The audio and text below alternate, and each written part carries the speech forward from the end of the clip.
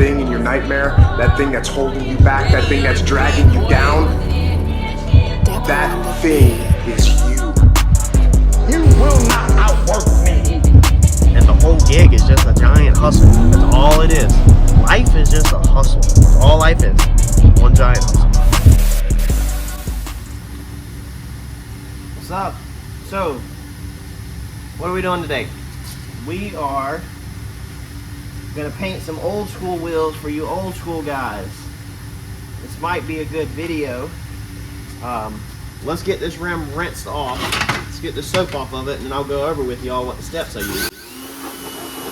All right, so let's take our wheel to our booth. For me, for y'all, it's just gonna be your home garage right in the center.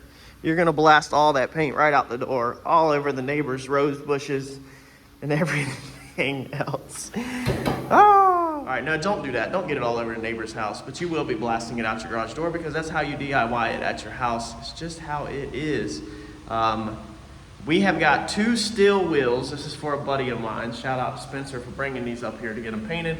So we've got 2 steel wheels and then 2 chrome ones. I'm pretty sure these steel wheels right here were custom ordered and custom made, I think. I could be completely wrong. My brain is scattered. Y'all know everything I'm dealing with at the shop if you're a regular on the channel. But they were sandblasted, so they were really greasy and dirty and grimy whenever I got them. I think somebody put something over them to keep them from rusting. I don't know what's standard with sandblasting and stuff like that, but they were just really nasty. So what I did was I purple powered them, just took a degreaser. All you need is just any degreaser for a shop or whatever. Spray them down with degreaser, and then I used a mixture of Dawn dish soap and water, and a burgundy Scotch pad to scuff them down. And I'll go show you that just in case you're not familiar with that process. The other 2 are 2 wheels that he already had. They're just chrome wheels, so just regular chrome plated. There's a couple special steps that we have to do to paint these things. Let me flip the camera around. All right, so these are straight up raw steel. You can see the weld marks, you can see everything. These get, let's see here, I believe he said the moon style hubcaps or whatever. I'm not super familiar with the old school stuff, y'all. Don't shoot the messenger, I'm just here to paint it. These are just regular used chrome wheels like you would pick up at the swap meet. So some of y'all probably, have had opportunity to pick these up, but then maybe they're got some rust on them or they don't work for you or whatever. I'm gonna hopefully go over today how to make all of this set look good. Now, first off, I would highly recommend, I just want to start this right off out the gate, to rattle can the inside of your wheels. I'm not getting paid to do the inside of the wheels. I'm not doing the inside of the wheels. I've already cut my man's a deal on this, and I'm not doing anything else for free. So sorry, Spencer, you got to paint the inside of your own wheels. But the inside of these are some nice wheels, man. That's the reason why all this welding here, I'm pretty sure that these are custom made, custom ordered. But all this needs to be spray painted, like a black inside of here to keep rust from forming on this raw steel. I would even maybe spray paint all this inside. If he got it, when he got it back from me, if he would back tape, okay, his face right here, back tape that, so put tape all over the inside of that, and then back tape maybe this lip or even tape from here forward and mask off the front, then he could rattle can the inside and all of that. He could have did them before he brought them to me, but he did not. I think he was just excited about getting them painted. So that's what we're gonna do. To prep these, like I said, all I have done was first, I think these were sandblasted, so these are good to go pretty much anyway. They just needed to be degreased. But these right here, you have to get a good scuff on these wheels, and then we're also going to use an epoxy primer. But you can see how dull these things are looking, okay? That's because they are actually scratched all up, so you can see all the scratches in them right there. They're scratched up pretty heavily. Now, if you could go more than that, then definitely by all means do it. But you got to get them scratched up good. Chrome is really hard to paint over top of, and you want to try to get the best results. Now, we do have a little bit of surface rust right around where the valve stems was, but it's nothing minor or it's nothing major at all. If you want to address that with some rust neutralizer or something, you can. But we're going to be putting an acid primer over all this, so I'm not worried about that one spot. If we had a bunch of heavy rust that was growing, then I would be more worried about it. But that surface rust, On the chrome, I'm not, in this situation, I'm just not worried about it. So you can make your own call for that. Just like all these spots. I don't want to put another chemical on these wheels more than I have to. I'm already stacking primers on them and everything else. A lot of this red paint is still coming out. Looks like somebody had spray painted them at some point. But that's pretty much it. We're going to blow dry them with the air, get them all dried up. We're going to go in here and go ahead and mix our primer up, because our primer has a special part to it that you have got to do. For our primers, we're going to be using our Omni 170. We have used this many times on the channel. There's quite a few videos on this real fast, but one of the, quite a few videos on this channel of this product.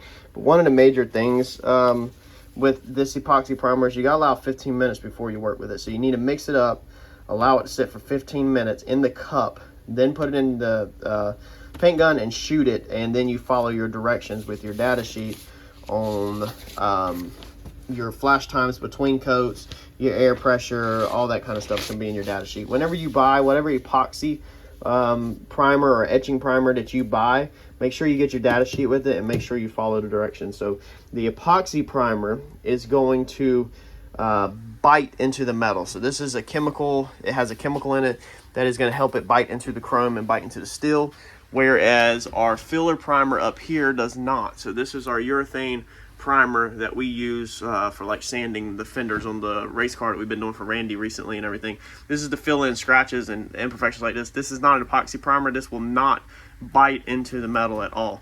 Now our next option would be to use a Bulldog. This may helps paint stick to stuff, makes paint flexible, blah blah. So you could put this over like a chrome or whatever, and this will help it stick. My plan is to definitely get epoxy over the steel wheels for sure, and then I may just roll with the Bulldog over the chrome, or I may also do epoxy over both. I haven't 100% made my mind up yet, but the steel definitely has to have, it definitely needs epoxy primer 100%. Normally when I do chrome wheels, I just do Bulldog straight over the chrome, and I don't ever put epoxy primer on chrome normally. But since I already have it mixed, I don't know if I want to do it or not yet, but something will definitely be going over it. And you can do whatever situation you want. Technically, if you're in your bind and you don't have epoxy primer, you can roll with just Bulldog. You can get this in aerosol cans at your local parts store. Really, any adhesion promoter will pretty much do it, but you need to read on it, because there are some adhesion promoters on eBay that say they're not designed to go over aluminum or metal, whereas this product will go over aluminum and it will go over metal. This is your best bet if you're trying to buy adhesion promoter, is the Bulldog product. You can't go wrong with this product. So let's get this stuff mixed up, let this sit for 15 minutes, and then get it sprayed. For your Scotch-Brite, what I prepped these wheels with is going to be a scuff pad. So it's just going to be a burgundy scuff pad like this. You can literally just Google burgundy scuff pad or go to the parts store and find a burgundy scuff pad. The burgundy scuff pads are more coarse than a gray scuff pad. So the gray scuff pads are finer. You definitely need at least a burgundy scuff pad for scuffing up chromes. And then, like I said, we just mixed up some Dawn dish soap and a bucket of water. Mix them together and just scrub everything down with that scuff pad, Dawn dish soap, bucket of water. The Dawn dish soap will help degrease and take off grime and stuff like that. And then on the steel wheels, I also used a degreaser, Purple Power, beforehand on top of all that. So clean, clean, clean, clean is the trick here. A lot of wheels have tire shine all over them and all kinds of road crap or whatever. You got to get that stuff off. You got to get it clean, or you're gonna have problems with fish eyes. So let's get this stuff mixed up and let's get shooting. All right, we got our paint mixed up, and I turned the can upside down because I was at the bottom, so it can just continue to drip in there to get every last little bit of dropout out over the next 15 minutes. We're gonna use a Harbor Freight paint gun. So this is just a straight up normal Harbor Freight paint gun. Now it normally comes with, it did come with this crappy mixing cup. This lid is extremely hard to get off and it leaks, so it irritated me. As you can see, I have a couple other old paint cups, and the other day I got irritated with it and realized that this paint cup will screw right on. It has the same threads. So Harbor Freight gun, just like you can buy at Harbor Freight. It's just, I changed the paint cup, that's it. So I don't even know if it says the needle size. I don't know, who cares?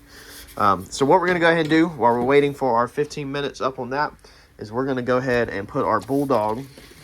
This is a quart of it. We're going to put a little bit in this paint gun, and we're going to go ahead and shoot it on the chrome rims. You can let Bulldog, I think flash time on Bulldogs anywhere from 5 minutes to 10 minutes. Yeah, ready to paint in 5 minutes.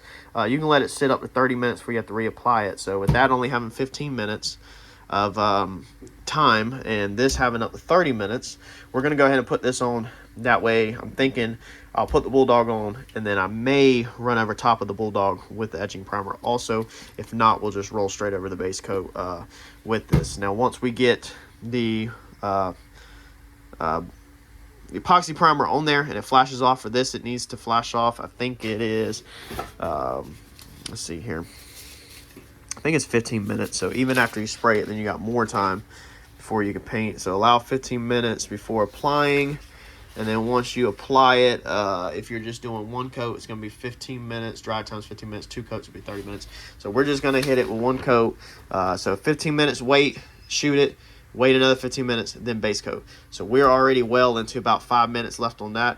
So that puts us perfect window of this Bulldog product still being good. So let's put this in a cup and go shoot it. For your Bulldog, I do it out of the gun. You're just doing some light coats. You don't really want to like wet it, like where they soak it. You don't want it to run. You just want to do some good light coats. When you're starting out, what I used to do is 2 light coats. So do a light coat, let it flash off for like 5 minutes, and then come back and do another light coat, let that flash off, then paint on top of it. Wasn't gonna sit there and show y'all that because that just, you're not really going to be able to see nothing. It's clear material going on chrome. So just light coats. Read on the can if you're using a rattle can. Read on your other stuff. It tells you the instructions right on the side of it. Follow the manufacturer's instructions when you're first learning, and then you can tweak things as you get better. For your primer, I'm literally just gonna, I've got it turned down. As you can see, I'm just gonna go around and kind of coat it all. Make sure you get 1 good coat first. Just want decent coverage. And if I feel like putting 2 on, I will, but it's not necessary. I mean, you even seen on the data sheet that 1 is perfectly fine.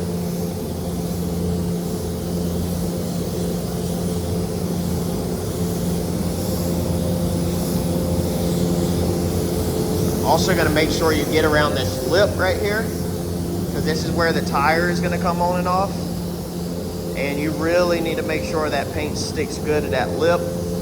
If not, it's going to be more likely to chip during tire changes.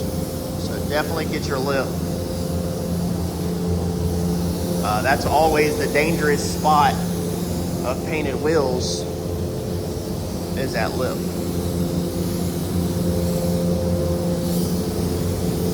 I turned my air pressure down because that's gonna make it a little more splotchy, but I turned like a little more orange peely, but I turned it down because if it's too high up, then when you're basically blowing primer inside of a bowl, and it will literally blast back into your face, and it's really annoying.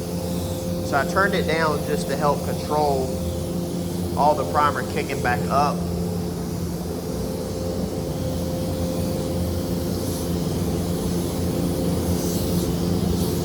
That's pretty much 1 coat over them. So I'll probably take it now and open my fan pattern up a little and actually do a more traditional wet coat. Okay, let me see. So we'll kind of do like this now that we have 1 coat established.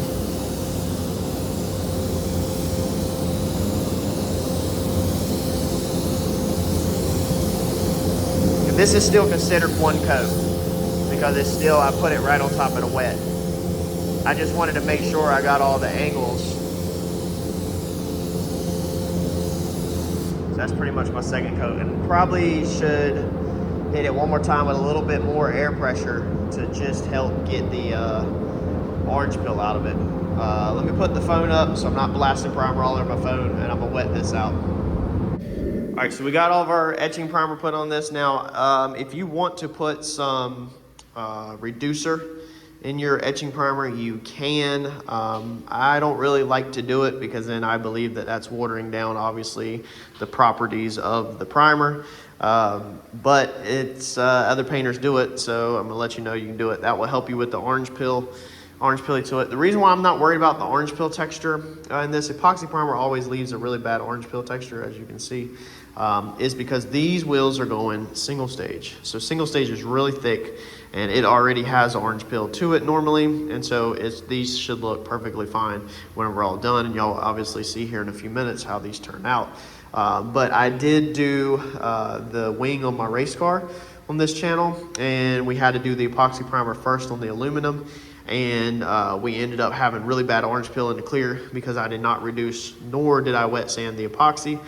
And when everything was said and done, I had a bunch of cutting and buffing to do to get the clear coat out slick, but everything turned out perfectly fine. So you're not going to harm your project by not doing it. The epoxy does not need to be sanded, so it does not need a mechanical adhesion to bond the paint to it. It works off of a chemical adhesion within a certain window. So your data sheet will tell you the window that it works in. With all paint, you're either going to have mechanical, which means there's scratches that the paint bites to, or a chemical adhesion, which means that there's a chemical that helps the paint stick, obviously. So with this, as long as you're within your certain window, this is going to be a chemical adhesion, whereas some other products, like if you laid a 2K primer down, you would have to do a mechanical adhesion. You'd have to sand it so that the paint bites into the scratches and hangs on for dear life going down the road. So we're gonna let these flash off. We've got a couple more minutes, and I'm gonna go in here and go ahead and start mixing up my single stage and looking at the mixing ratios with it, because I have never used this product before. If you notice, we did go ahead and put the epoxy over the chrome. I had some left over in the gun, so I decided just to go ahead and burn it up on the wheels. It's not gonna hurt anything, so this is double. This is my best opportunity to make this paint stick to these chrome wheels. Chrome, again, is really hard. It's hard to paint over. Normally we just use Bulldog, but this one we use Bulldog, and we went ahead and did epoxy over it. So hopefully between the Bulldog sticking and the epoxy going through and biting, hopefully these front wheels will last for a long time. And then I just simply burnt up my leftovers. Instead of pouring it out, I just burnt the leftovers up around inside here. So technically now there's probably enough on here where he wouldn't even have to worry about spray painting this. He probably should just get the inside of the wheels. And if you're just doing the inside of wheels, you don't need to do no primer. If you're just using spray paint, you can literally just roll straight over that steel with like some metal spray paint. You'll be perfectly fine. All right, so the paint we are using is going to be this stuff. Now, I can go ahead and tell you I'm extremely dissatisfied with this company, autopaints4less.com. I called them the other day, called this number, and said that customer had dropped off some paint. I needed a data sheet on it. Needed to know if this would go straight over metal, because sometimes you can put different products over metal, and I wanted to make sure we did it right. The sales rep said that they were pretty sure that this could go over metal, and I said, hold up, time's out. We can't be pretty sure on this. This is a customer job, obviously, and we don't want to make myself look bad and your company look bad. So how about an answer that's not just I'm pretty sure? So he said that he'd have to get up with his boss. This was Wednesday, or no, Tuesday. Today is Thursday. And he said his boss was out for the afternoon. This is the end of the day, and that he would take my number and boss would call me back in the morning. Here it is Thursday, and I still have not heard nothing back from the company about if this product can go over straight metal, and there was no data sheet left in the box for me. And I'm pretty sure the way this box is it looks like my buddy literally just got it in the mail and just brought it to me, is what I'm pretty sure. So there's no data sheet in there, but even so, the sales rep did not say, well, you should have got a data sheet with it, or you can go here, you know, and he didn't give no pointers, just said he was pretty sure, and that's extremely alarming when it comes to painting your project. So very unhappy with that part of it. Besides that, I know nothing about this paint at all. I've never used it. Now, they kind of cut corners and not give you a data sheet, I believe, and pretty much put everything on the can. So you have some warning, danger labels, and then you have very, very basic information here. So it's going to be 8 parts paint, 1 part hardener, 1 to 2 parts reducer. There's the PSI on your gun. Flash times, 15 minutes between coats. If you're applying a clear coat, this confuses people on my other single stage video. You can apply clear coat over top of single stage. We will not be, but if you're applying clear coat, you need 30-minute flash time for the solid color. If you're using a metallic single stage, it needs to be 60 to 90-minute flash time before applying to clear. So normally this is in your data sheet. That's the reason why I think the data sheet did not come with this product, because of how everything is wrote on the side of it. Now you have your reducer, so this is going to be your reducer that come with it. And again, I don't even know where he got this from. I'm guessing you can go on autopaintsforless.com and buy this. This is going to be the, what is it, the Hugger Orange. Let me see here. Yeah, so there's the paint color, and then here is your hardener. So we're gonna follow the instructions. We're literally just gonna mix this 8 parts paint, 1 part hardener, and 1 to 2 parts reducer. Probably, I'm thinking I'm gonna go 2 parts reducer, just because I'm used to spraying base coat, clear coat, and I think it might actually flow out better. Hopefully that don't bite me in the butt with runs. Now on your cups, your normal cups, it's gonna be harder to find 8 to 1. See here, that has 8 to 2 on that one. But Eddie had grabbed us a special cup from the paint store a while back that he's seen, and it has 8 to 1 right there. So if we do 2 parts reducer, that last column is going to be wrong. We're going to have to double that last column. I'll probably just go a little heavy on it. Reducer just reduces out the product, so it's not like it has to actually be very precise, but you don't want it too reduced out, because then you can run into issues. So we're going to mix it in this cup. Now, how do you pour this big thing in here? That is probably the #1 thing that you don't even think about or realize whenever you are going to mix it up, and you end up making a giant mess. So let me go ahead and tell y'all, when you go to your paint supplier or you order paint stuff, you can get a little cup. So look at the size difference. Okay, little cup versus big cup. This is something I learned a while back. Nobody taught me. I literally just did it myself. We're going to mix this 8 to 1 to 1. So we're going to mix this. Let's see here.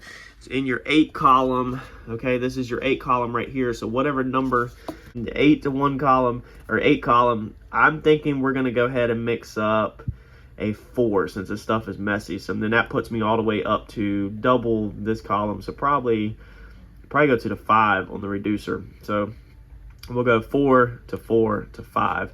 And that should be approximately 2 parts reducer on the backside. So this column is going to be your paint, this column is going to be your hardener, and this column is going to be your reducer in the same order it's on here: paint, hardener, reducer, paint, hardener, reducer.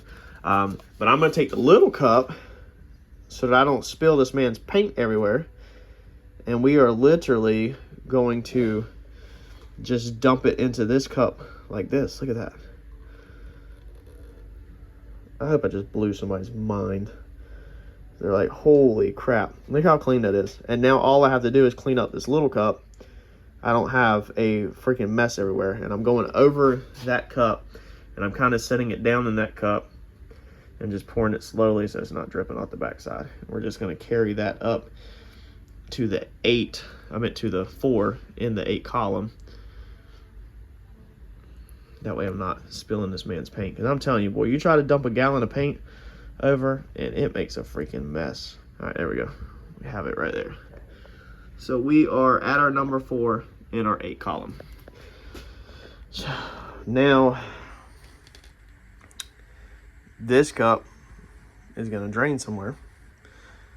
What I'm going to do, this is what I've done in the past, and trying to do this one-handed makes everything so much more complicated. We're going to put a mixing stick right there. We're going to leave that cup sit like that, upside down. Hopefully it doesn't run all the way out here and off of it. Hopefully it drips off the sides before it makes it that far. But this is what I've done in the past. Let most of the paint drip back into the gallon, and then I can take this and dump it in another cup with some scrap paint thinner. I always keep a dirty cup of paint thinner. I got like paint thinner there and paint thinner there that's sitting this morning I have poured, and I will actually take this cup and clean it up in another one and then put it back on the shelf for the use. So our next part is going to be hardener. I'm going to have to open this with the camera down because it's got the child safety lock. Let me go ahead and open up both of these. All right, so again, 8 to 1 to 1, so 1 part hardener. So we're going to come right here, and in our next column, we're going to go up and match that 4, which it looks like I'm a little bit past it. So we're going to go just a little past it. All right, so there we go. And then reducer, technically you could go up also past the 4 in the last column, but I've already got a little heavy on that. And like I said, we're going to over reduce this more closer to the 2 side. So we're going to go just about right there. I'm going to call that good enough. Like I said, reducer doesn't necessarily mess any product up.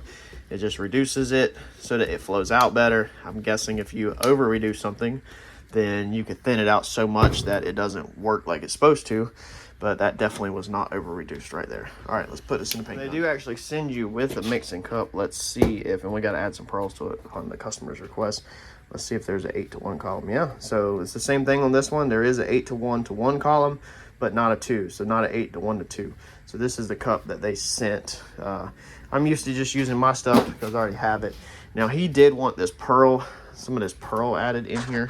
So we're gonna add a little bit of that upon his request, and then mix this up really good, and then use our paint strainer and put it in our cup. Obviously this pearl is another step. He said just to put some in it, so that's what we're gonna do. We're just gonna put a little squirt like that in there. It's like a powder. The more the better. I guess it's not a bad thing on this. Let's see here. We'll actually, boy, this is, I'm telling you, this stuff sometimes makes you feel like you're playing like a kid with finger paint. So we're gonna reuse this mixing stick. Let's mix our pearl up. And then put it in our paint gun and let's go spray.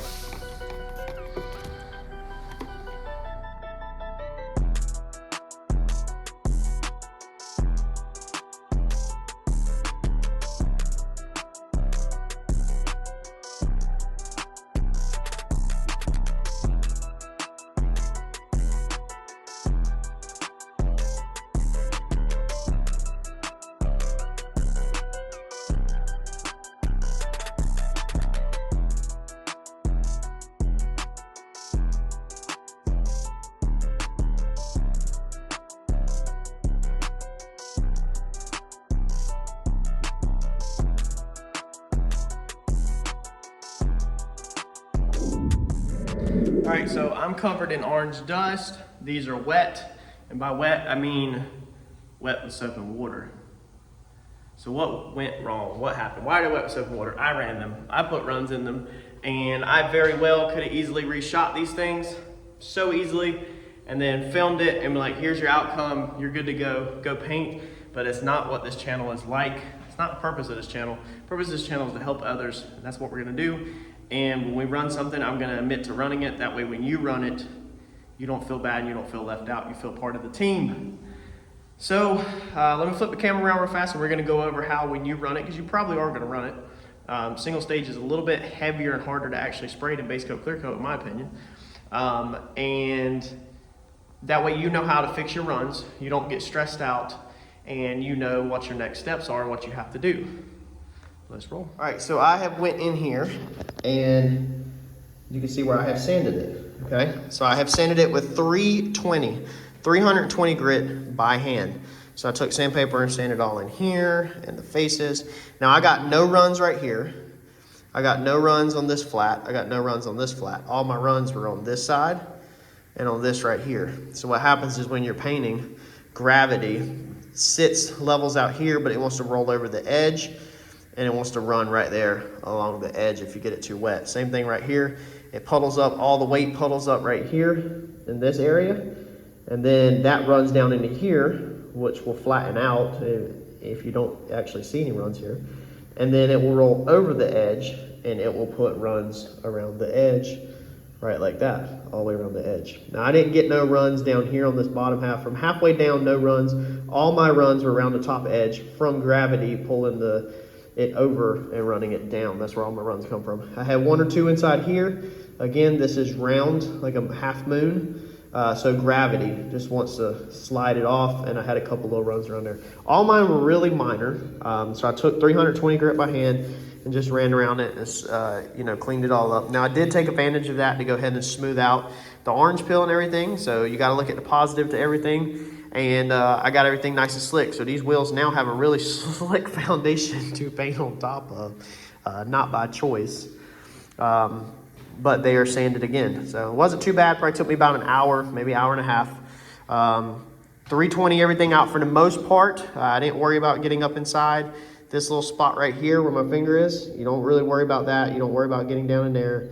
You know, I didn't worry about from like here down. And then you take your scuff pad that you used in step 1, and then you rescuff these things with soap and water, rinse them off, scuff everything up with the scuff pad, every inch of it, so that the next coat of paint will stick, and then we're good to rock and roll again. So these things are holding a little bit of water. You can see down in there. So I've got to get the air blower out, blow these things all off, get all of this water off the outside. Okay, get everything nice and dry with the air blower. Make some paint up again and shoot it again. Now, one thing I am going to do is I'm going to do everything the same, so we're not going to go over them steps again. But I am going to only reduce this 1 part. So if you notice in the last one, we reduced it 2 parts because I wanted to get this to flow out better, you know, and lay out better, and I got runs. So I believe that if I don't reduce it so much, because reducing it makes it more watery, if I don't reduce it so much, hopefully that will help with the runs this time. I might get a little bit more orange peel. I do acknowledge that. That's fine. It's slick right now, so I'm probably going to put some orange peel in this bad boy.